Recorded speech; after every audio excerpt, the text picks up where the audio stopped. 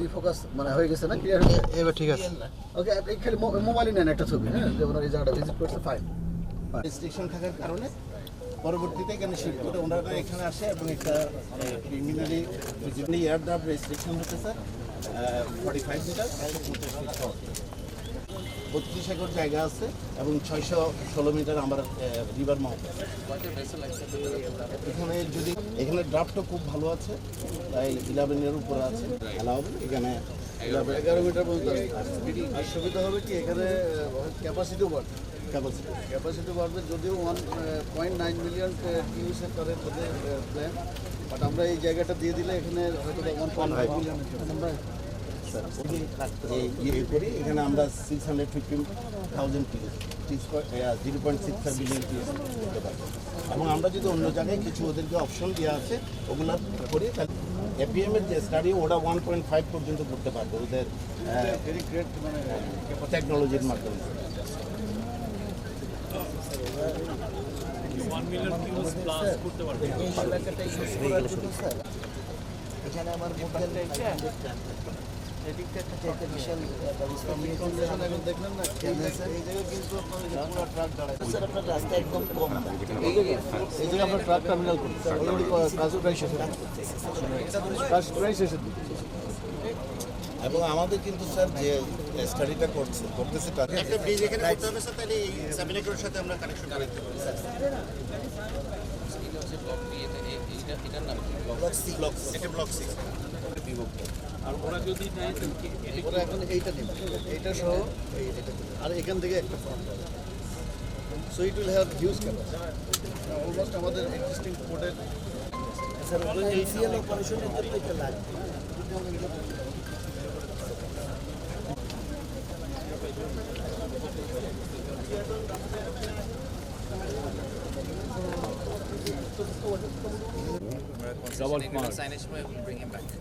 ওরা sir Royal Haskoning HR Wallingford দুইটা consultant already engage করছে, এতে ওদের আন্ডারে সাব কনসালটেন্ট হিসেবে সার্ভে চিটাঙের যারা এলিট এবং ডিগনিটারি আছেন তাদের সাথে কথা বলবেন এবং দিনের শেষে প্লিজ প্লিজ এটা তো ধরেন, আপনারা কি এটা ধরেন, সবাই জানতে দাও, হ্যাঁ এটাকে ধরবে প্লিজ ভাই দাঁড়ান তো, আমারটা আর দিনের শেষে উনি একটা প্রেস কনফারেন্স করবেন 4টা 4:30টার দিকে। তো আমরা সবাইকে বলি আপনারা একটু ধৈর্য ধরে শুনেন, উনি এখন কথা বলবেন। Thank you. জি ঠিক আছে, থ্যাংক ইউ। আসসালামু আলাইকুম। আসসালামু আলাইকুম সবাইকে, ধন্যবাদ আসার জন্য। আচ্ছা, আমরা আজকে তো সারাদিন অনেকগুলো টার্মিনাল ভিজিট করব। তো আমার যেটা প্রাইমারি ম্যান্ডেট সেটা হচ্ছে ইনভেস্টমেন্ট, আপনারা যেটা জানেন, আর হচ্ছে জব ক্রিয়েশন বাংলাদেশের জন্য। তো আমি ইনফ্যাক্ট এই এপিএমের যে ওদের যে হেডকোয়ার্টার নেদারল্যান্ডসে, ওখানে গিয়েছিলাম গত মাসে। তো এবং ওনাদের পোর্টের যে ওনারা তো বিভিন্ন দেশে পোর্ট অপারেট করেন, আপনারা জানেন যে ওনারা ওয়ার্ল্ডের সবচেয়ে one of the biggest port operators. তো ওনাদের যেই সিইও, তার নিচে চিফ ইনভেস্টমেন্ট অফিসার বলে একজন আছে, উনি আমার চাকরিটা আর কি ধরেন ওনার ওই কোম্পানির হয়ে করেন।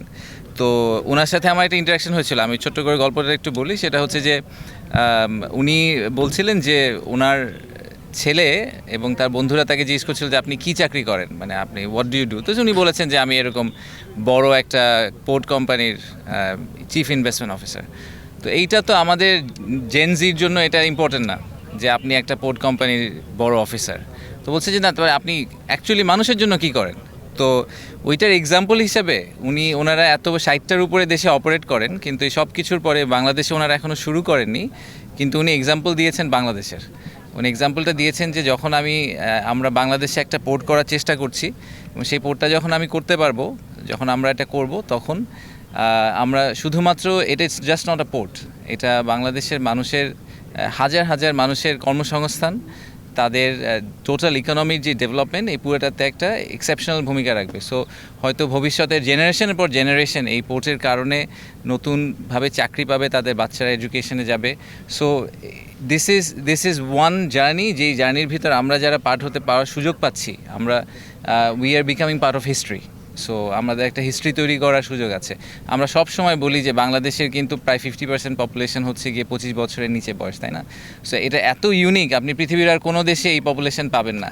তো তাদের ভবিষ্যৎ যে ভালো হবে সেটাকে এনশিওর করার কিন্তু একমাত্র উপায় হচ্ছে আমাদের দেশকে একটা ম্যানুফ্যাকচারিং হাব করা, এবং সেটার জন্য port capacity is very important.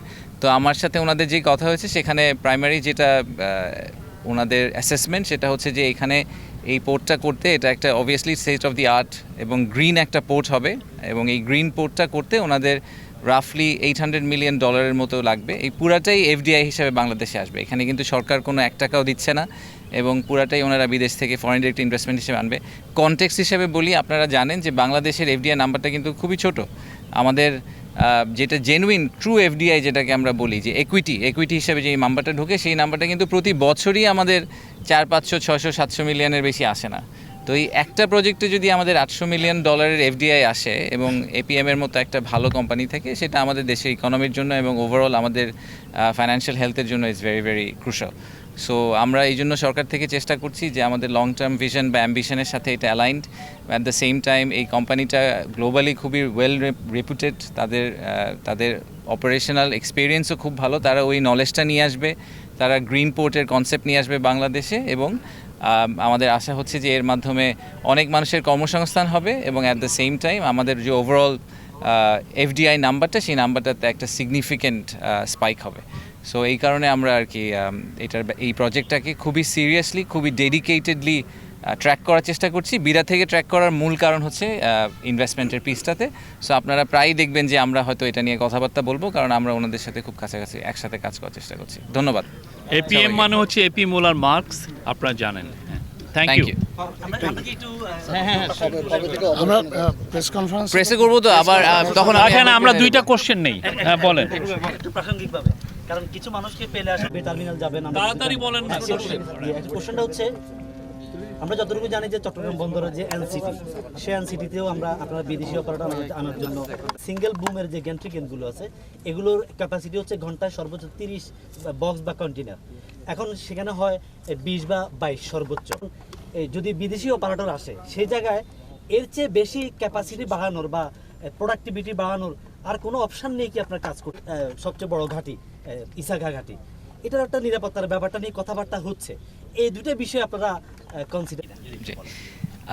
দেখেন, আমাদের যেহেতু আমাদের এই পুরা লং টার্ম অ্যাম্বিশন যেটা, যে বাংলাদেশকে আমরা গ্লোবাল ফ্যাক্টরি বানাতে চাই, সেটার সবচেয়ে প্রাইমারি ফ্যাক্টর কিন্তু হচ্ছে, বা সবচেয়ে বড় ইনগ্রেডিয়েন্ট হচ্ছে পোর্ট ক্যাপাসিটি। পোর্ট ক্যাপাসিটি না থাকলে আপনি কিছু করতে পারবেন না, এটা তো আমরা সবাই জেনারেলি এগ্রিড।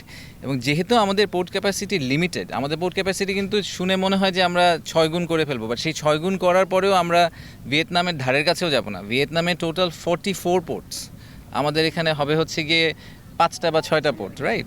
মাতার বাড়ি ধরে যদি আপনি হিসাব করেন, মংলা ধরে হিসাব করেন। সো পোর্ট ক্যাপাসিটি আমাদের স্টিল লিমিটেড।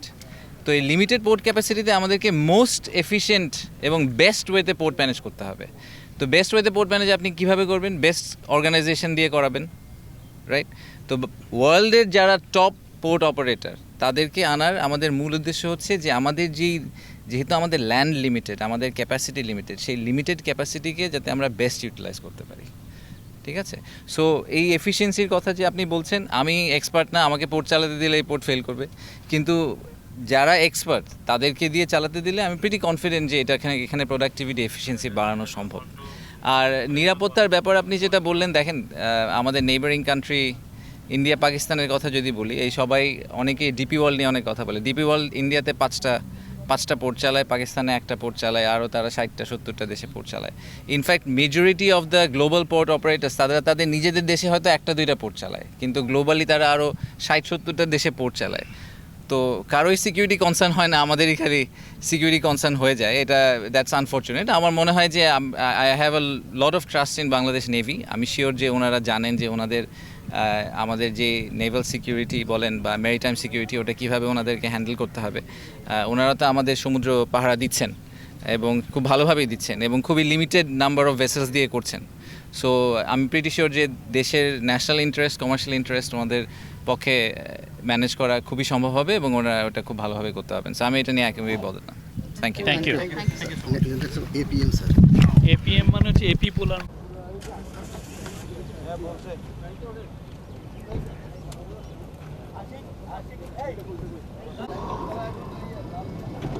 এই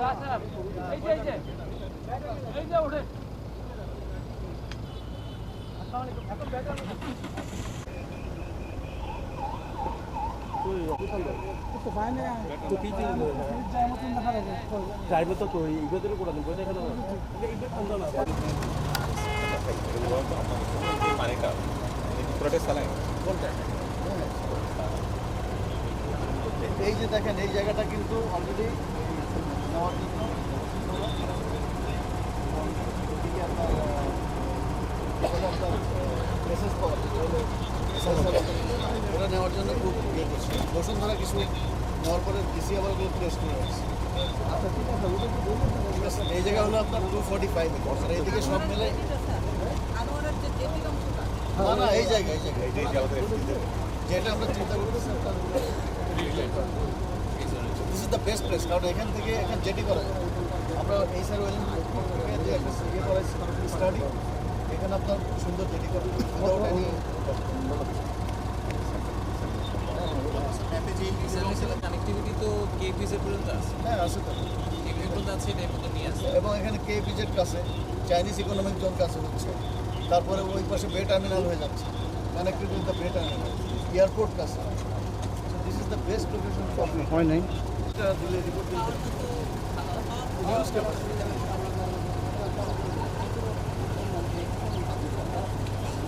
ওই পাশে কি আমরা একটু দেখলে সুন্দর দেখা কেমন নষ্ট করে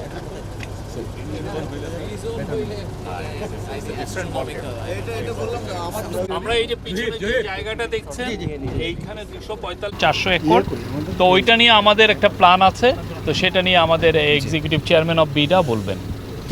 আচ্ছা আপনারা জানেন যে আমরা খুব রিসেন্টলি একটা ন্যাশনাল কমিটি করেছি ফ্রি ট্রেড জোন বা ফ্রি জোনের জন্য এটাকে অ্যাসেস করার জন্য। সো গ্লোবালি এই ট্রেডের the ultimate set up is free zone, যেখানে আপনি অলমোস্ট মনে করতে পারেন যেটা একটা ওভারসিজ টেরিটরি আমাদের জন্য, যে এখানে এসে কেউ প্রোডাকশন করবে করে আবার দেশের বাইরে নিয়ে চলে যাবে। তো এটার মাধ্যমে যেটা হবে সেটা হচ্ছে যে তারা যাবতীয় বাংলাদেশের রেড টেপের বাইরে থাকবে, আবার অ্যাট দ্য সেম টাইম বাংলাদেশের লেবার ফোর্সকে ইউজও করতে পারবে। সো দুইটা মিলিয়ে আমাদের জন্য উইন উইন, ওনাদের জন্য উইন উইন সিচুয়েশন। তো এইটার ব্যাপারে আমরা যেটা এখন করছি সেটা হচ্ছে আমরা একটা দুটা জায়গার মধ্যে আর কি ফাইনাল ডিসিশনটা নিব যে ফ্রি ট্রেড জোনটা কোথায় হবে। তার মধ্যে এইটা একটা প্রাইমারি বড় কনসিডারেশন লোকেশন আমাদের জন্য, যে এখানে আমরা ফ্রি ট্রেড জোনটা করতে পারি কিনা, যেহেতু লোকেশন হিসেবে এয়ারপোর্ট থেকে কাছে, পোর্ট থেকে কাছে, পোর্ট কানেক্টিভিটি আছে। তো এই ন্যাশনাল কমিটি যেটা আছে তারা কিছু গ্লোবালি যারা বড় বড় ফ্রি ট্রেড জোন অপারেটর আছে তাদের সাথে কথা বলছে, তারা নিজেরাও অ্যাসেস করছে, করে তারা ফাইনালি আমাদেরকে একটা রেকমেন্ডেশন দিবেন যে ফ্রি ট্রেড জোনটা এক্স্যাক্টলি কোথায় হলে সবচেয়ে ভালো হয়। তার মধ্যে এটা একটু one of the preferred locations. তো সেটা যদি হয়ে যায় তারপরে আমরা খুব দ্রুত এই কাজটা সম্পন্ন করার চেষ্টা করব। আমরা চেষ্টা করব যে এই বছরের শেষের নাগাদ অ্যাটলিস্ট আমরা একটা মাইলস্টোন প্রোগ্রেস মানে এমন একটা পজিশনে চলে যেতে চাই যেখানে আমাদের লোকেশন ডিসিশন হয়ে গেছে, অপারেটর কে হবে ডিসিশন হয়ে গেছে, এবং আমরা কতদিনের মধ্যে ফ্রি ট্রেড জোন চালু করতে পারবো এটার ব্যাপারে খুব ক্লিয়ার একটা আমাদের রোডম্যাপ বা টাইমলাইন রেডি হয়ে গেছে। সো সেটাই হচ্ছে আমাদের টার্গেট, এবং যদি ফ্রি ট্রেড জোন আমরা আসলে করতে পারি তাহলে this will be a game changer for Bangladesh, absolutely a game changer. So we are really looking forward to it. Thank you. একটা প্রশ্ন, প্রতিবেশী দেশে যে উত্তাপ চলছে এটা আমাদের বিনিয়োগে কোনো ইম্প্যাক্ট করবে? না এই আলাপ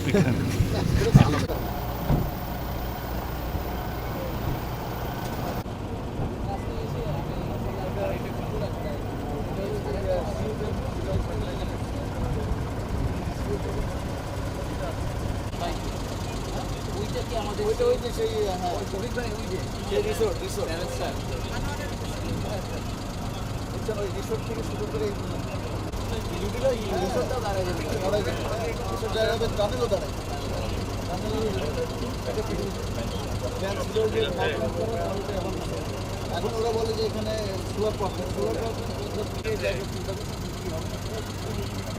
হ্যাঁ কোর্টে কানেক্ট করে এবং এটা হলো জাস্ট বুক ট্রান্সফার, কিছু অ্যাকুইজিশনের কোনো সমস্যা কেস কেন্দ্রে আমরা কোর্ট করতে বুক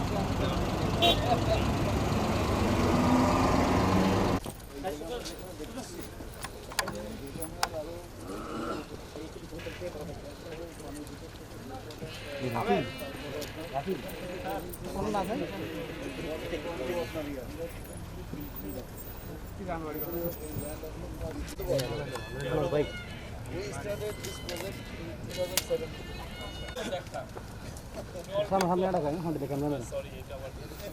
আমার সামনে এসে দাঁড়ায় হামসি খেতে না হামসি বলতে গেলে দেখা যাচ্ছে না। কি বল আছে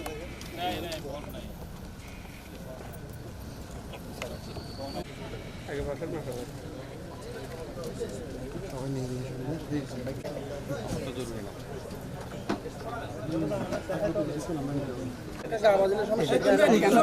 এইদিকে দেখেন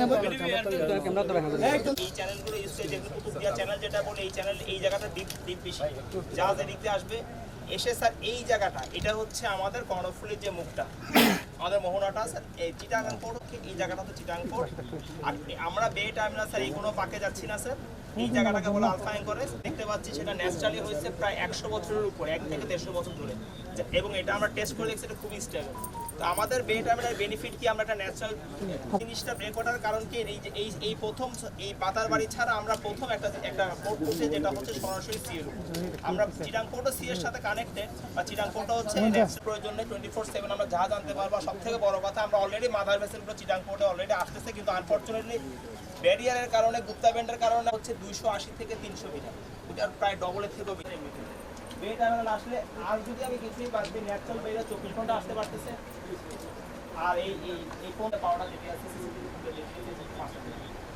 এবং সেই দেওয়াটা যেটা একসাথে পাচ্ছি এবং সবগুলো মিনিমাম লেন্থ হচ্ছে 280 মিটার ম্যাক্সিমাম সেটা 330 তো এক্সটেন্ড করা যায় এটাও আছে আমাদের কাছে একটা বিরাট যে সুবিধা আছে স্যার একটা তো আমরা স্যার $45,000 সেভ করি আর ডেফিনিশন একটা বিরাট সুবিধা আছে সেটা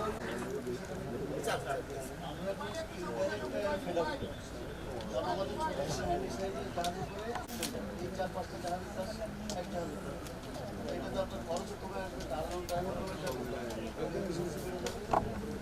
আর এইখানে আমরা এটা আমরা আরো কিছু ওয়ার্ল্ড ব্যাংক করছি যেটা আমরা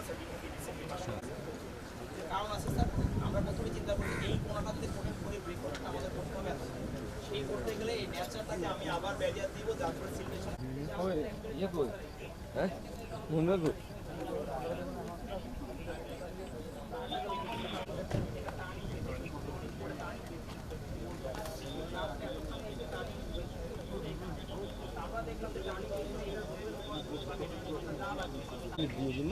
রাখেন না নিবনি আসেনি তো সারাদিন স্যার সাথে সমস্যা নাই আমরা যাওয়ার আগে সব বুঝাই দিব সমস্যা নাই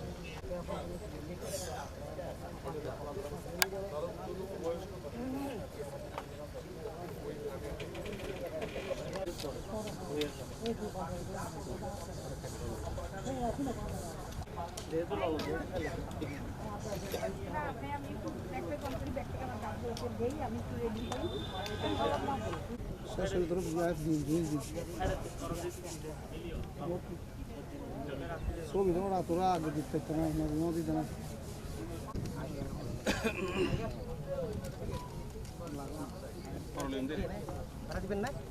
এটা শেষ ভাইয়া ভাইয়া বড় ভাইয়া বড় ভাইয়া বড় ভাইয়া একটু যদি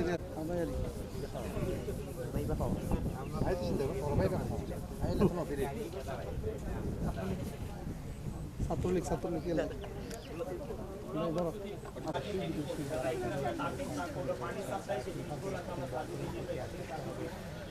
এখানে একটা কমন রাস্তা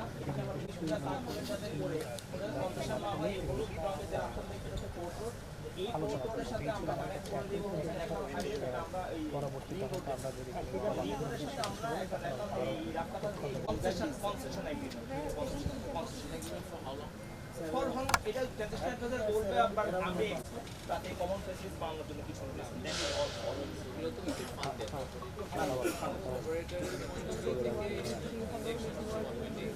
কেমনে কথা লাইনে আমি শুনতে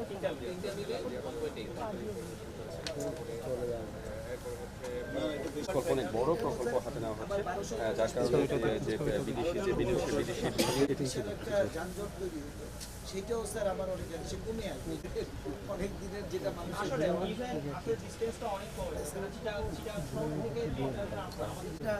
এই বাইরে দিয়ে স্যার একটা রোড হবে যেটা যেখানে বোট চলবে স্যার একটা ড্রেন আপনাদের 30 প্রথমে আমাদের যে CPA chairman rear admiral Moniruzzaman বলবেন, আর ঠিক একটু এরপরই বিডার এক্সিকিউটিভ চেয়ারম্যান আশিক চৌধুরী বলবেন।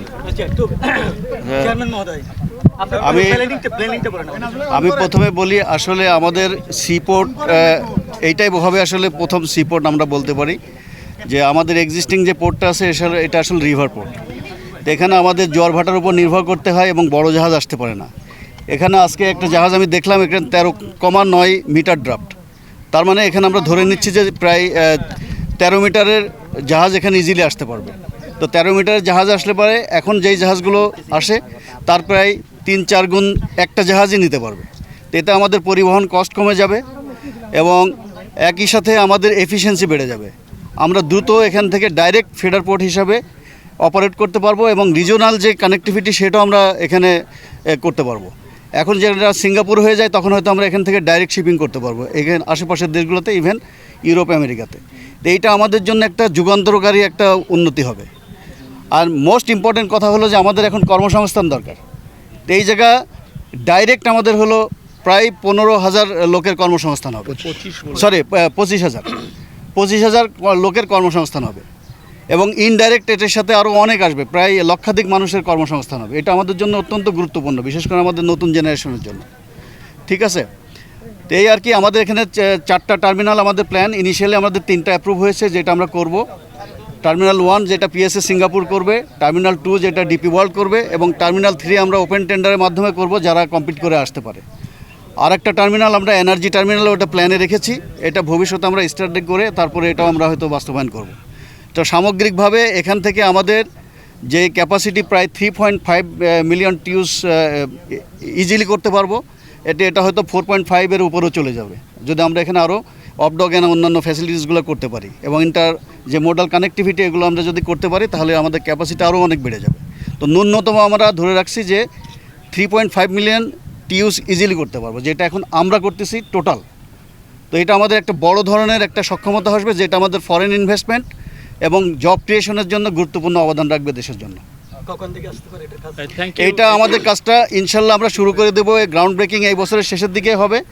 2031-এর মধ্যে আমরা আশা করছি যে আমরা অপারেশনে যেতে পারবো। ধন্যবাদ। আচ্ছা, এটা এখন উনি বলবেন। বলি আমি তাহলে, ঠিক আছে। আচ্ছা, আপনাদের যেটা হচ্ছে যে জামান ভাই তো অনেক ডিটেলে কভার করেছেন। সো আমাদের এফডিআইয়ের যে ব্যাপারটা, আবারও আমরা এফডিআইতে একটু ফেরত আসি। এখানে আপনারা দেখেছেন যে আমরা ওয়ার্ল্ড ব্যাংকের ফান্ডিংয়ে কিছু কাজ করছি। সরকার থেকে কিছু ফাইন্যান্সিং হচ্ছে, যেটা ব্রেক ওয়াটার হবে সেটা ওয়ার্ল্ড ব্যাংকের ফান্ডিংয়ে হবে। আর সেই সাথে এডিবি আমাদের সাথে কাজ করছে অ্যাডভাইজার হিসেবে, তাদের সাথে আমরা কাজ করছি।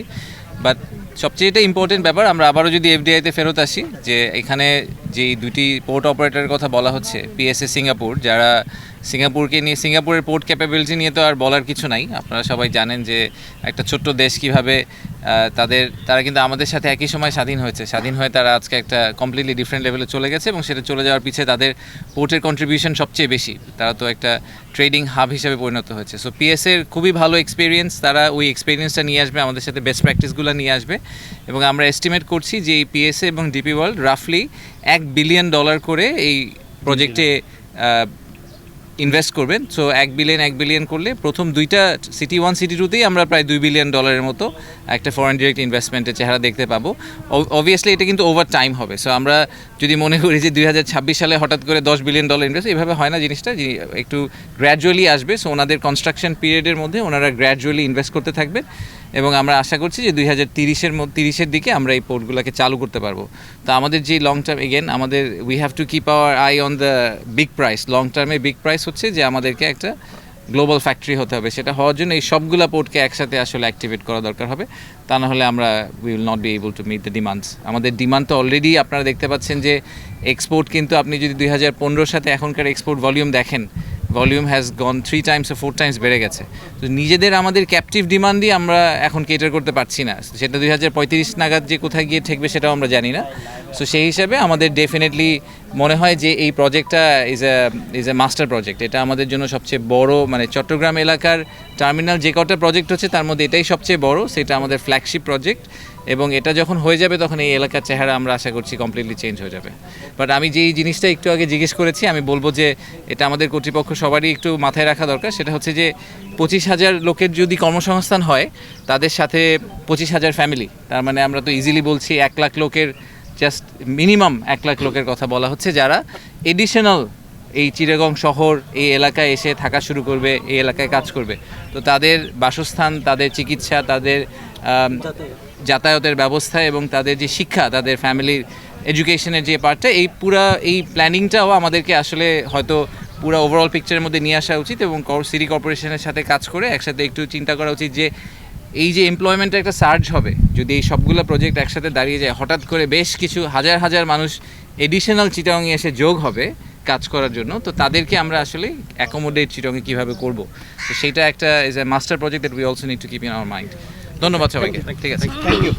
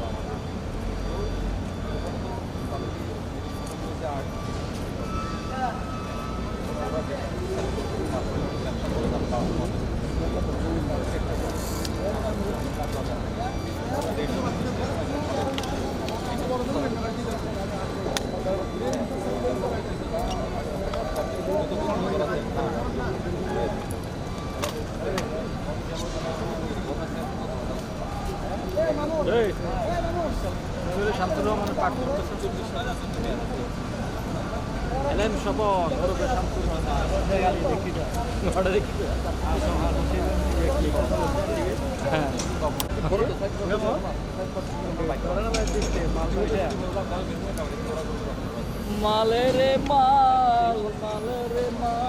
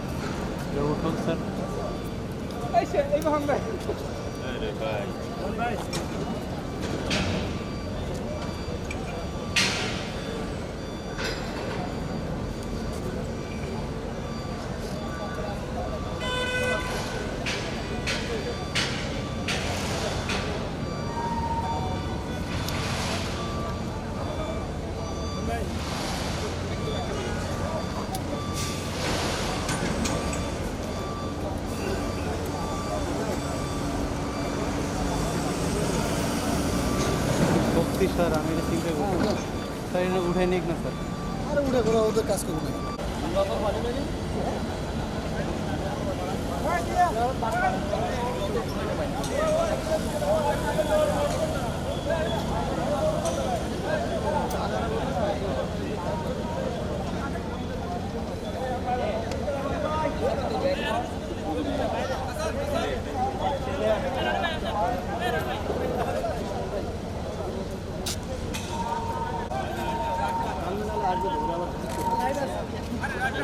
কোর্টে আসবে কোর্টে ভিজিট করে মেডিসিন দেবে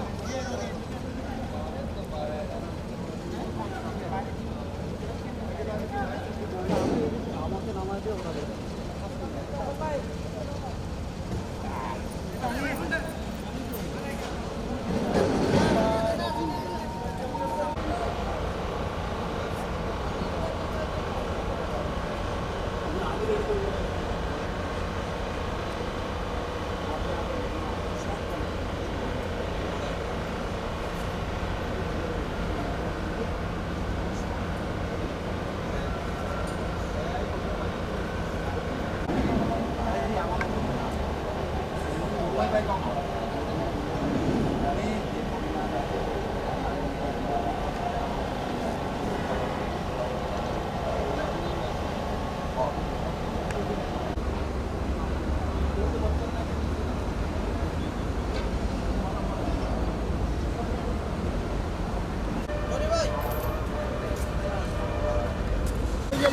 ঢাকা কেন্দ্রে পারপাস সাফ করা আমাদের কাজ না স্যার আমরা যা করি এটা অনুলিপি দিতে পারি তাদের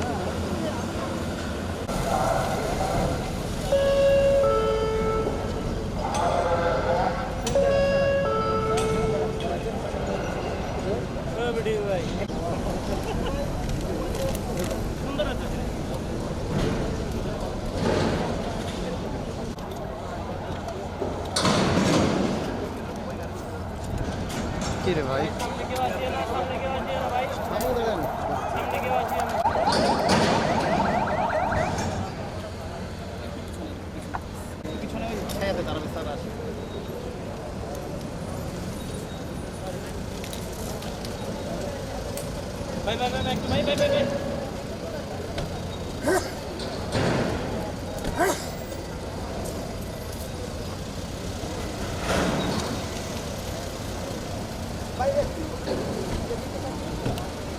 আমরা এখান থেকে নিই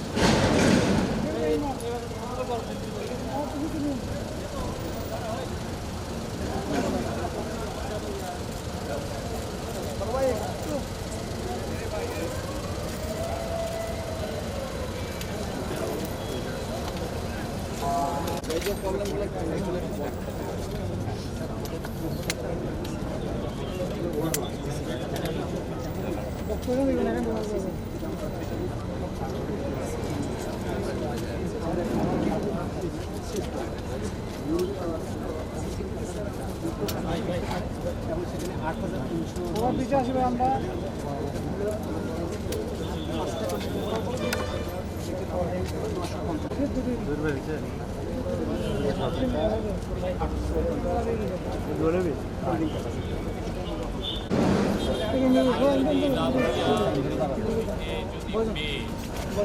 সব মিলে করে আমাদের যে টিকাটা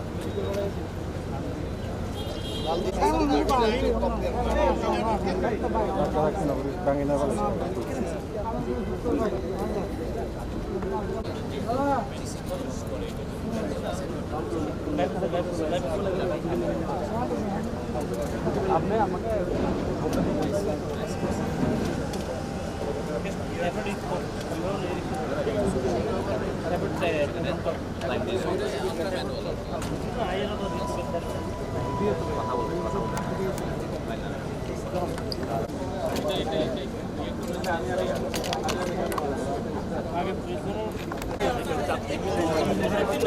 সংঘর্ষ প্রবণতা আমরা বিস্তারিত সব বিষয় জানতে হবে।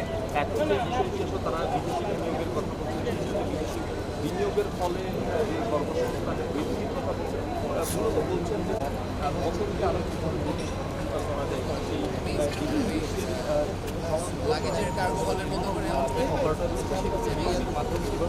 পিছনে যাও না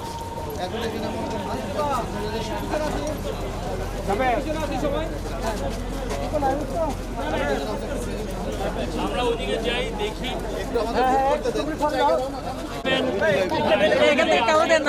হারুন আজকে সকালে এসেছিলেন, উনি এসে প্রথমে লালদিয়া পোর্টে, লালদিয়া টার্মিনাল যেটা আপনারা জানেন, লালদিয়া অপারেট করার জন্য আমরা এপি মুলার মার্কসের সাথে কথা বলছি, ওয়ার্ল্ডের one of the largest port operator. ওইখানে ভিজিট করেছেন, এরপরে উনি ভিজিট করেন হচ্ছে ফ্রি ট্রেড জোন, যেখানে আমরা আসলে যারা বিদেশি কোম্পানি যারা আমরা আশা করছি যে ওরা বিলিয়নস অফ ডলার্স ইনভেস্ট করবে, ওইখানে তারা গুডস এনে ওইখানে তৈরি করে সেটা গুডস আবার বিদেশে রপ্তানি হয়ে যাবে।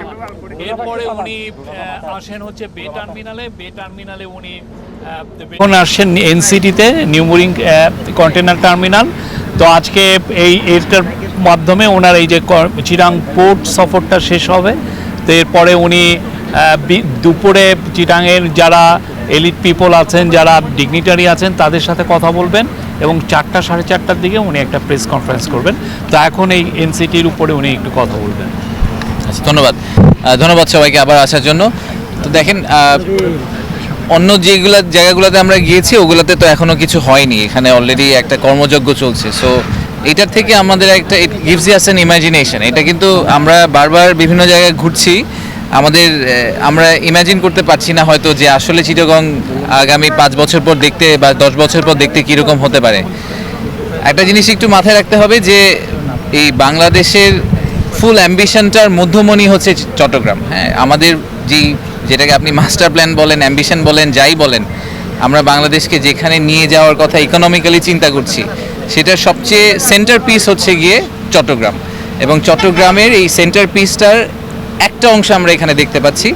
এই পোর্টটা আরও এফিশিয়েন্ট হবে, সাথে আরও অনেকগুলো পোর্ট দাঁড়িয়ে যাবে, and Chittagong will become basically the true commercial hub, যেটা আমরা সবসময় বলে আসছি যে ঢাকা হচ্ছে গিয়ে পলিটিক্যাল ক্যাপিটাল, ঢাকা হচ্ছে গিয়ে আমাদের ফাইন্যান্সিয়াল ক্যাপিটাল, বাট আমাদের কমার্শিয়াল ক্যাপিটাল সেটা হবে চট্টগ্রাম, এবং এই ট্রেডের কারণেই হবে। তো আমি আশা করছি যে এই কর্মযজ্ঞ আরও বাড়বে, আরও এফিশিয়েন্ট হবে। আমি একটু আগে আলাপ করছিলাম যে আমি ফরচুনেটলি আমার একটা সুযোগ হয়েছিল গত মাসে দুবাইতে যে জেবেল আলী পোর্ট আছে, ওয়ার্ল্ডের one of the largest free trade zone, সেখানে যাওয়া। তো সেখানে এই ক্রেনগুলো এরকমই ক্রেন অপারেট করে, কিন্তু আরেকটু অ্যাডভান্স টেকনোলজি সেখানে। ইনফ্যাক্ট আমি দেখেছিলাম যে একজন ওনাদের এখন তো female workforce is also deeply into আপনার এই ইন্ডাস্ট্রিতে। তো ওখানে পোর্ট অপারেটর যারা ওনারা একটা কন্ট্রোল রুমে বসেন, ওটা আসলে এখানে না, ওই ক্রেন অপারেটররা বসেন ভিতরে একটা অফিস রুমে, ওখানে জয়স্টিকের মতো করে ওনারা। এবং ইনফ্যাক্ট আমার সাথে যার দেখা হয়েছিল উনি একজন ভদ্র মহিলা, তো উনি এই ক্রেন অপারেট করেন। তো ওখানে ওরকম একটা এসি রুমে বসে উনি এরকম কন্ট্রোল রুমের মতো করে বসে ক্রেনগুলো অপারেট করেন। Very advance technology. এবং একটু আগে আমরা আলাপ করছিলাম যে এখানে আমরা 3টা বা 4টা পর্যন্ত রাখতে পারি কন্টেইনার, একটার উপরে একটা। ওখানে ওনারা জায়গা স্পেস সংকুলনের জন্য ওনারা এখন 16টা পর্যন্ত একটা টেকনোলজি, একটা স্ট্রাকচার দাঁড় করানোর চেষ্টা করছেন, যেখানে up to 16 containers can be put one over the other. So these are examples, যে এক্সাম্পলগুলোকে আমরা হয়তো ভবিষ্যতে অ্যাডাপ্ট করতে পারবো। আমাদের এখানে জব ক্রিয়েশন, যেটা আমাদের অ্যাবসলিউটলি মূল মন্ত্র, মানে টোটাল কত টাকা এফডিআই আসলো চিন্তা করার কোনো দরকার নেই। I think it's a secondary issue. Primary issue হচ্ছে যে আমরা কত নতুন জব ক্রিয়েট করতে পারলাম আমাদের দেশের মানুষের জন্য, স্পেশালি চিটাগংয়ের জন্য। সো আমাদের আশা হচ্ছে যে as we move very fast, কারণ এটা আসলে ইকোনমিক ডেভেলপমেন্ট সব গভর্নমেন্টেরই প্রাইমারি এজেন্ডা হওয়া উচিত বাংলাদেশে। তো এই ইকোনমিক ডেভেলপমেন্টের জন্য এই টার্মিনালগুলোকে আমরা যত বেটার, যত এফিশিয়েন্ট, যত ওয়ার্ল্ড ক্লাস করতে পারবো, তত আমাদের ওভারঅল ব্যবসা পরিস্থিতির জন্য অনেক বড় একটা কন্ট্রিবিউশন তারা করতে পারবে।